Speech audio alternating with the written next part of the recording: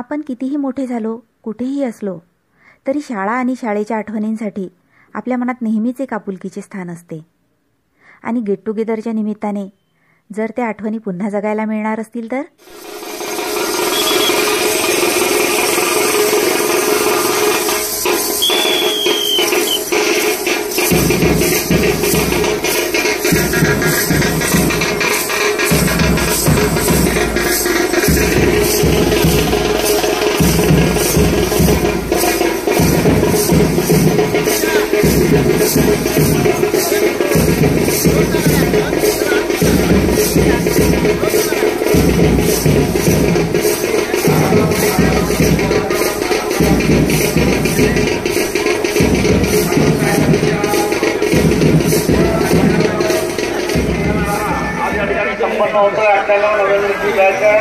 आम्हाला विशेष आनंद होतोय. तुम्ही पुन्हा 25 वर्षानंतर आमच्या शाळेमध्ये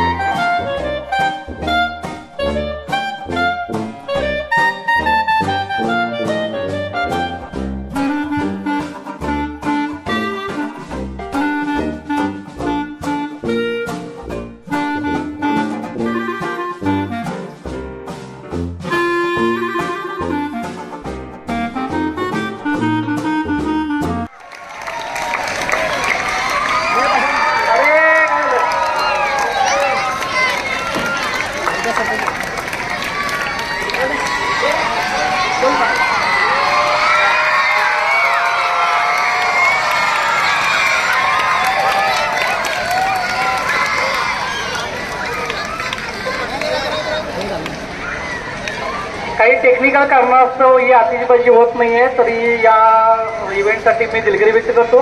तरी शिक्षकांनी नेहमीप्रमाणेच रेग्युलर पुढे जाऊन आपले आगमन स्थान निश्चित करावे. त्याच्या मुलांनी शाळेची आतिषबाजी करावी ही माझी विनंती.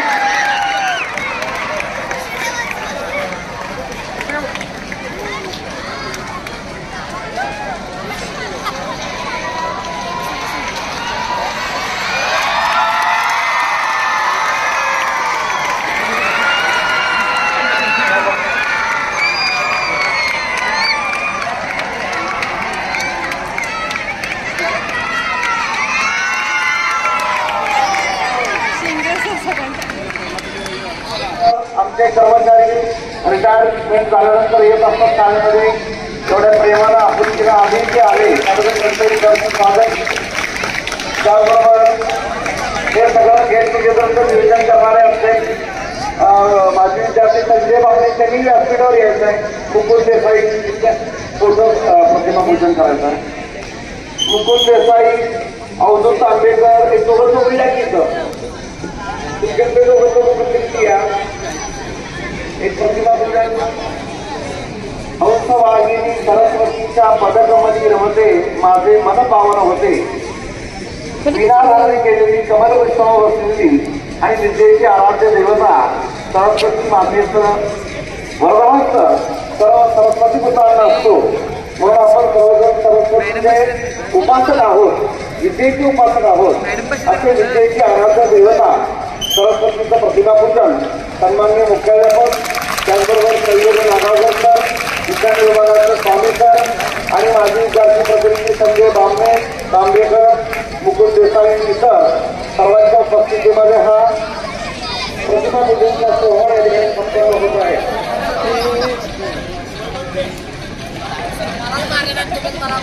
दीपप्रज्वलन सरस्वती पूजन या ठिकाणी संपन्न होत आहे.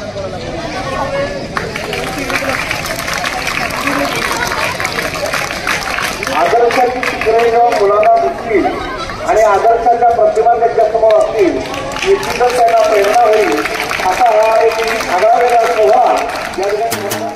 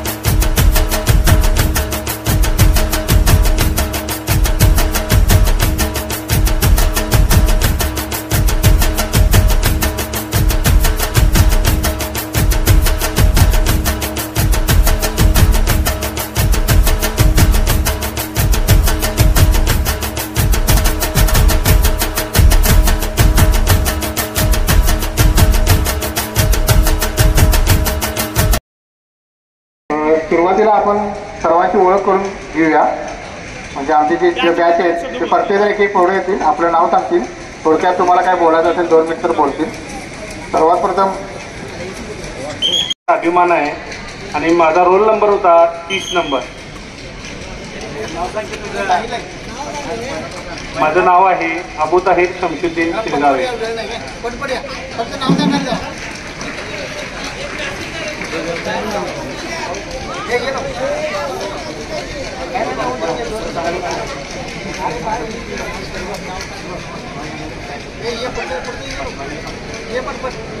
माझं नाव अहमद शामराव पवार. मी 1-2 शब्द फक्त बोलतो. ज्यावेळी मी आध्यात्मिक मार्गामध्ये गेलो, आपण काय करतो, आपल्या माइंडच चालू होतो की बाबा मी असं करणार, मी तसं करणार, सर काय सांगते, मॅडम काय सांगते, आपले आई वडील काय सांगतात. नाही आहे, तुम्ही तुमची माइंड बाजूला ठेवून ना, तुम्ही जर आपल्या गुरूंचं ऐकलं ना, तुमची निश्चित प्रगती होते, हे मला माहिती आहे. हा माझा अनुभव आहे. ठीक आहे, धन्यवाद. हॅलो, माझे नाव रावसाहेब शिवाजी पाटील, 98-99 बॅचचा विद्यार्थी आहे आणि मी भाजीपाले व्यवसाय करतो.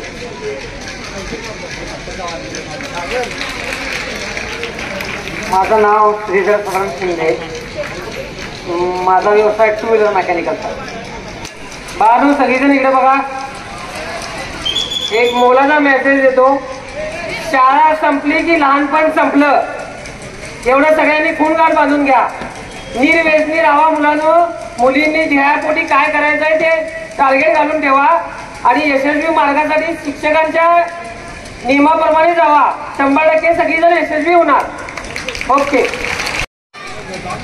1998-99चा विद्यार्थी. हॅलो, माझं नाव दीपक कुराडे. मी MBA इन्फ्रास्ट्रक्चर IT कंप्लीट केलेलं आहे आणि आज मी कॉम्प्युटर इंजिनिअर म्हणून पुणे या शहरामध्ये कार्यरत आहे. माझा एकच संदेश आहे, कृपया तुम्ही शिक्षणावर भर द्या आणि शिक्षणावर भर देऊन पुढं ज्या ज्या अपॉर्च्युनिटीज आहेत त्या अपॉर्च्युनिटी तुम्ही फाइंड आउट करा आणि मग त्यानुसार तुमच्या प्रगतीपथाचा पाथ सिलेक्ट करा आणि त्यानुसार तुम्ही पुढे जावा. जेवढे तुम्ही शिकाल तेवढेच पुढे जाल. एवढंच मॅसेज तुम्हाला देऊ शकतो.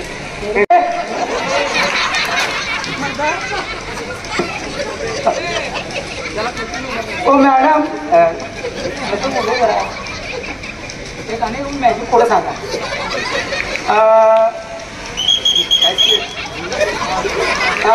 माझे नाव राहुल बडवे. मी 98-99 बॅचचा विद्यार्थी आहे. धन्यवाद.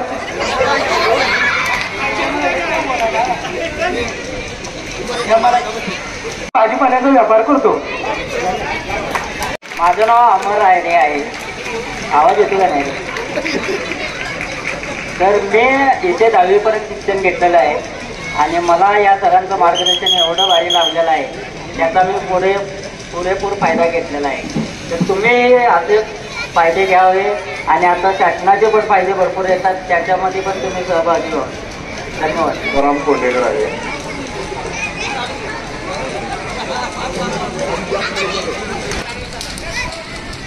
तुम्हाला आसपासचा परिसर माहिती असतील, तिथल्या शाळा माहिती असतील.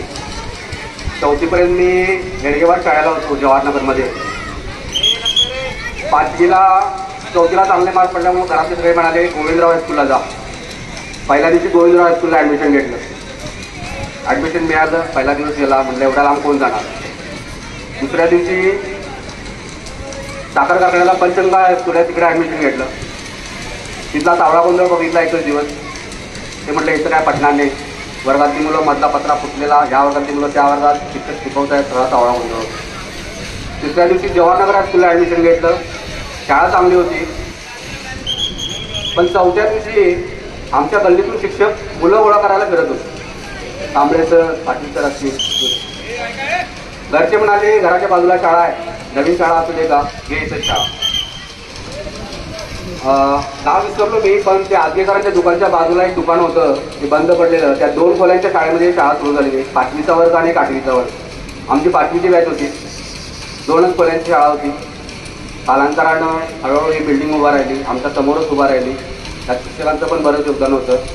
खूप म्हणजे शून्यापासून शिक्षक जे आता आहेत, जे आता रिटायरमेंटला आले, काही शिक्षक रिटायर झाले, त्यांनी या शाळेच्या जडणघडणीत म्हणजे अगदी सुरुवातीपासून योगदान दिलेलं आहे. ते आहेत म्हणूनच आज शाळा एवढी उभा राहिलेली आहे. आणि ते आहेत म्हणूनच आम्ही आज आमच्या पायावर उभे आहोत तिथं. तर सांगायचा मुद्दा हा आहे की कसं असतं, वयानुसार बऱ्याचशा गोष्टी आपल्या चेंज होत जातात. ज्यावेळी आम्ही तुमच्याकडे होतो त्यावेळी आम्हालाही वाटायचं की सर काय सांगतात, ते सांगतात, ते सांगतात. ठीक आहे, मला चांगले मार्क्स पडले, माझ्या बऱ्याच मित्रांना चांगले मार्क्स पडले. पण त्यावेळी पण आमच्या मनात पण थोडंसं हे असायचं की सर काय सांगतात, शाळा अजून परीक्षा अजून लांब आहे, अजून थोडं खेळू, अजून हे करू. प्रत्येक गोष्टीचं वय असतं, वेळ असते, काळ असतो. त्या वेळात तुम्हाला त्या गोष्टी कराव्या लागतात. असं म्हणणार नाही की 12 तास तुम्हाला अभ्यासच करायचा आहे. खेळाच्या वेळेला खेळलं पाहिजे, मनोरंजनाच्या वेळेला मनोरंजन केलं पाहिजे, पण अभ्यास पण केला पाहिजे. होतंय काय की वेळ निघून जाते आणि नंतर आपल्या लक्षात येतं की आपल्याकडनं चुका झाल्या, पण त्यावेळी पाठीमागे परतण्याचा मार्ग नसतो. त्यामुळं वयाला साजेसे अशा ज्या गोष्टी असतील, आता काय व्हॉट्सअप युनिव्हर्सिटीमध्ये किंवा यूट्यूबवर ज्ञान देणारे बाबा भरपूर आहेत, त्यातलं मी काय सांगणार नाही. पण ज्याचं त्याने ठरवायला पाहिजे की आदर्श कुणाचा ठेवायचा आहे, चांगल्याचा ठेवायचा आहे, वाईटाचा ठेवायचा आहे, संगत कुणाची करायची आहे. संगत शक्यतो नेहमी आपल्यापेक्षा चांगले जी व्यक्ती असतील त्यांचीच करा, कारण त्यांच्याकडे तुम्हाला काय शिकायला मिळेल. तुम्ही जर आपल्यापेक्षा खालच्या लोकांची जर संगत कराल तर तुम्हाला वाटेल की मी राजा आहे या ग्रुपचा, मी शाणा आहे, माझ्यापेक्षा हे सगळं आहे. पण त्यात तुम्हाला शिकायला काय मिळणार नाही. उलट ती खालची मुलं तुमच्याकडे 2 गोष्टी शिकतील, तुम्हाला स्वतःला काय शिकायला मिळणार नाही. त्यामुळे आपला जो मित्र परिवार आहे, आपण कुणाबरोबर राहतो, कुणाबरोबर ऐकतो, कुणाचं ऐकतो, हे नेहमी याच्याकडे नेहमी वरच्यावर लक्ष ठेवत राहा. चांगल्या लोकांच्यात राहा, चांगलं काय शिकायला मिळेल. शिक्षक जे काय सांगत असतील त्या गोष्टी पटल्या नाहीत तर त्यांना विचारा की सर मला असं असं वाटते, तुम्ही जे म्हणताय ते मला असं जमत नाही, मला पटवून द्या की तुम्ही जे म्हणताय ते बरोबर आहे. शिक्षकांना प्रश्न विचारायला शिका. त्यांना बराच अनुभव असतो, त्यांना माहिती असतं, ते सांगतात आपल्याला, चांगला मार्ग दाखवतात. आणि कोणी कितीही म्हणू दे, कितीही ऑनलाईन युनिव्हर्सिटी येऊ दे, कितीही ऑनलाईन शिक्षण येऊ दे, फिजिकल शिक्षक जो असतो तो जो काही शिकवतो तेच तुम्हाला पुढे घेऊन जातात. आणि याचा पाया आपल्या प्राथमिक आणि माध्यमिक शिक्षणातच होतो. कारण नंतर कॉलेज लेवलला एवढं कोऑपरेटिव्ह आणि एवढं डीपली शिकवणारे शिक्षक पण शक्यतो नसतात. आणि विद्यार्थी आणि शिक्षकांमध्ये जे बॉन्डिंग असतं ते त्यावेळेला राहत नाही. आता आम्ही सगळे इथल्या आसपासच्याच परिसरातलं होतो, इथंच आता फक्त माझ्या व्यतिरिक्त मॅक्सिमम मुलं इथंच आहेत, त्यामुळे त्यांचं असतं भेटणं शिक्षकांच्या आधीमध्ये. पण मला नाही वाटत की आमची बॅच सोडली तर बाकीच्या बॅचमधली मुलं इतकी एकमेकांबरोबर युनायटेड असतील आणि शिक्षकांच्याबरोबर पण त्यांचा तेवढा कॉन्टॅक्ट असेल. तुम्ही कितीही पुढे जा, मागचे दिवस विसरू नका. ज्यांनी आपल्याला घडवले त्यांना कधी विसरू नका. त्या घरचे असतील, तुमचा मित्रपरिवार असेल, तुमचे शिक्षक असतील, त्यांच्याशी बॉन्डिंग ठेवा. काही वेळ मिळाला कधी तर एखाद्या फोनवरून हाय हॅलो कसं आहे बाबा तब्येत किती एवढं जरी विचारलं तरी आम्हाला खूप बरं वाटतं. आता आमचं भेटणंही होत नाही तसं, तिथे जे लोकल आहेत ते भेटतात, तर बाहेरच्या मुलांना बरं वाटतं की बाबा आपल्या मित्रांना फोन केला आपल्याला.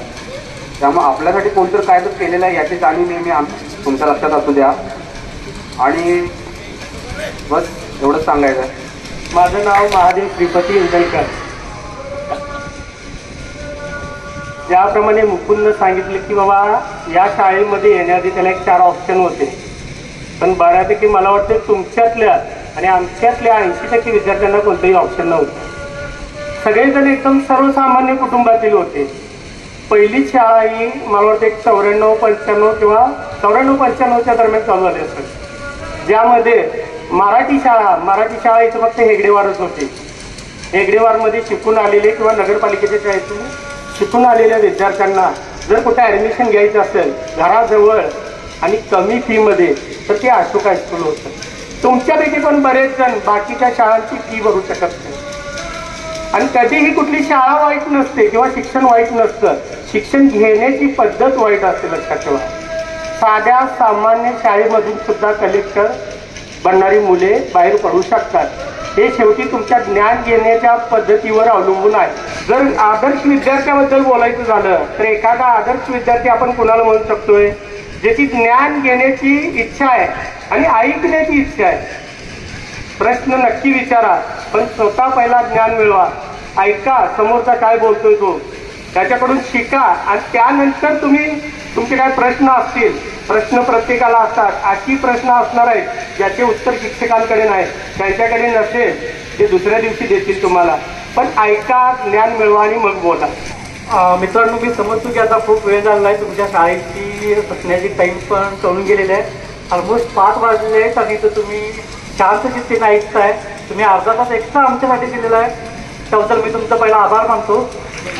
माझ्या मित्रांनी तुमच्या म्हणजे विद्यार्थ्यांनी काय करावं हे खूप काही सांगितलं. मुकुंदनं सांगितलं असेल, रवीनं एक अर्धा तास सांगितलं. तेवढा आम्हाला वेळ नव्हता, तरी पण त्यांना अतिशय चांगल्या पद्धतीनं एक्स्ट्रा टाईम आमचा ऐकून आणि बाकीच्या मुलांचा ऐकून पण त्यांचे पण मनावर ज्ञानच व्यक्त केलं, त्याबद्दल मी त्याचा आभार मानतो. मला फक्त आता हे सांगायचं आहे की विद्यार्थ्यांसाठी तर खूप चांगले बोललं, पण माझी एक अपेक्षा आहे की शिक्षकांनी सुद्धा त्याच जोरानं विद्यार्थ्यांना शिकवलं पाहिजे की जेणेकरून त्यांनी पुढं त्यांची नवीन जनरेशन घडवलं पाहिजे. मी एक सिंपल उदाहरण सांगतो. प्रत्येकाच्या घरामध्ये पूर्वी दूध आणण्यासाठी एक मापड येत असायचा. आता बहुतेक जण दुधाच्या पिशव्या यूज करतात. मात्र पूर्वी एक दूध घालणारा किंवा काही घरात अजूनही असतो, तो पहिला जो माप घालतो ना, त्या पहिल्या मापाकडे कुणाचं लक्ष करत नसतं. कारण तो त्याचे पैसे घेतो आणि त्याचा माप का विना त्याला ते पहिलं माप घालावं लागेल. तो दुसरं मापही व्यवस्थित घालतो. त्यावेळी त्यांचं आपल्याकडं आपलं किंवा आपल्या आई वडिलांचं त्या दूध घालतो त्या मापाकडे लक्ष नसतं. मात्र जे तिसरं माप असतं ना, तो स्वतःहून स्वखुशीनं घालतो. ठीक आहे, ती स्वखुशीची धार असते ना, त्या सगळ्याकडे आपल्याचं लक्ष असतं, कारण तो कितपत आपल्याला दूध देतो हे आपण बघत असतो. तर माझी शिक्षकांना विनंती आहे की ती शेवटची धार आहे ना, ती तुम्ही घालावी, ही माझी नम्र विनंती आहे. आणि विद्यार्थ्यांचे आभार मानायचे नसतात म्हणून मानत नाही, पण धन्यवाद देतो. इंदुरकर विद्यार्थ्यांना एका शिक्षण तज्ज्ञाला लाजवेल असे सुंदर विचार मांडले. शिक्षण म्हणजे काय, शिक्षक कसा असावा, विद्यार्थी कसा असावा आणि शिक्षकांची जडणघडण आणि विद्यार्थ्यांची जडणघडण कशी असावी. एक शिक्षण तत्त्वेचा जसा विचार व्यक्त करतो तसं त्या विद्यार्थ्याने विचार व्यक्त केले. सन्माननीय व्यासपीठ, आज या 1998-99च्या बॅचचे विद्यार्थी हा ऋणानुबंधाचा सोहळा आपल्या हायस्कूलमध्ये आयोजित केलेला आहे. आपल्या शाळेचं त्यांच्यावर ऋण आहे आणि त्या ऋणातून थोडंसं मुक्त होण्याचा त्यांचा प्रयत्न. बरेचसे जे आपल्या जवळ जे बसलेले जे विद्यार्थी आहेत त्यांच्याबरोबर विद्यार्थिनी सुद्धा होत्या. मी 5वी ते 10वी त्यांच्या वर्गाचा वर्ग शिक्षक होतो आणि विद्यार्थिनी ज्या होत्या त्या 96ला हिराराम गर्ल हायस्कूल सुरू झालं आणि 96ला हिराराम गर्ल हायस्कूल सुरू झालं आणि हे फक्त विद्यार्थी माझ्या वर्गात राहिले आणि गर्ल हायस्कूलला त्या मुली गेल्या. त्यामुळे फक्त हा मुलांचा वर्ग 8वी 9वी 10वी माझ्या मते चालू राहिला.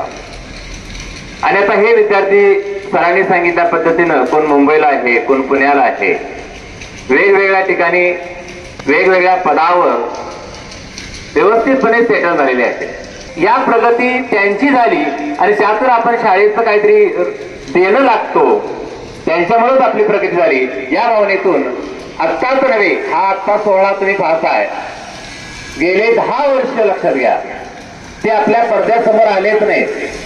गेली 10 वर्ष जांभळे साहेबांच्या वाढदिवसानिमित्त 50वा असो, 91 असो, 52वा असो, 53वा असो, प्रत्येक जेवढा वाढदिवस त्यांचा त्या असायचा तेवढ्या डझन वह्या ते तुमच्या समोर न येता तुम्हाला ते आम्ही देत होतो आणि त्यांच्या पाठीमागे त्यांचा हात होता.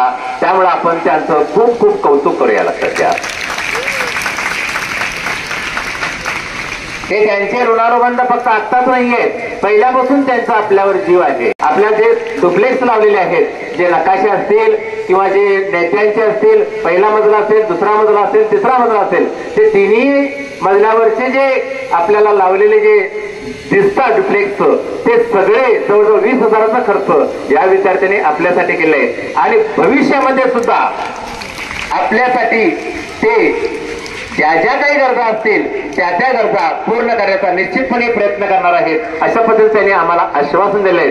असेच प्रेम आमच्यावर राहो. तुम्ही जे आम्हाला जे प्रेम दाखवलं, ज्या काही वस्तू रूपानं आजपर्यंत दिली, आत्ताही दिली, पुढेही पद्धतीनं देत राहाल आणि त्याबद्दल तुम्हा सर्वांचं कौतुक करतो, आभार मानतो, अभिनंदन करतो. असंच प्रेम आमच्यावर राहो अशा पद्धतीची मी तुमच्याकडून अपेक्षा व्यक्त करतो. जय हिंद, जय महाराष्ट्र.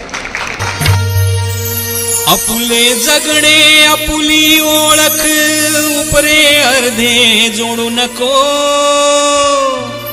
दिवा होऊन उजळ जगाला चाकू होऊन कापू नको. दिवा होऊन उजळ जगाला चाकू होऊन कापू नको. दिवा होऊन उजळ जगाला चाकू होऊन कापू नको.